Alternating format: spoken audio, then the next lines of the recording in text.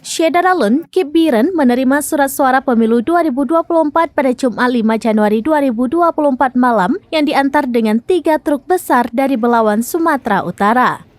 Surat suara yang dimuat dalam 3 kontainer langsung ditempatkan ke gudang Kip Biren, kawasan Desa Gelanggang Tengah, Kota Juang, Biren. Jumlah surat suara seluruhnya sebanyak 1.620.970 dalam ratusan kotak.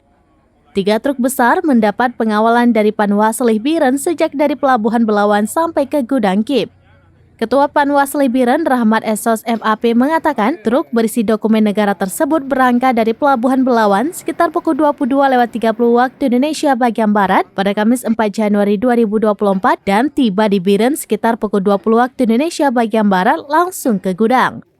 Surat suara terdiri dari surat suara pemilihan presiden dan wakil presiden, DPD, DPR RI, DPRA, dan DPRK, masing-masing 322.994 lembar, ditambah untuk persiapan pemungutan suara ulang.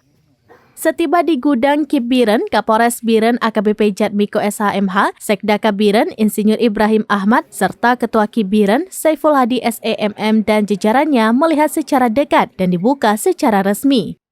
Usai dibuka, langsung dipindahkan ke gudang Kip melibatkan belasan orang yang sudah disiapkan untuk menurunkan dokumen tersebut. Bersama Bapak PJ Boti atau mewakili Bapak Sekda, Ketua Kip dan Bapak Panwas telah menerima kedatangan kertas suara di gudang Kip Biren.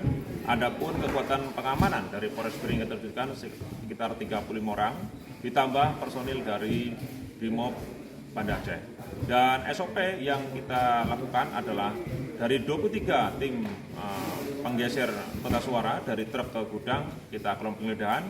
Demikian juga apabila sudah keluar, kita juga lakukan. Dari Biren, Yusmandin Idris, Serambines.com. Download Tribun X sekarang, menghadirkan lokal menjadi Indonesia.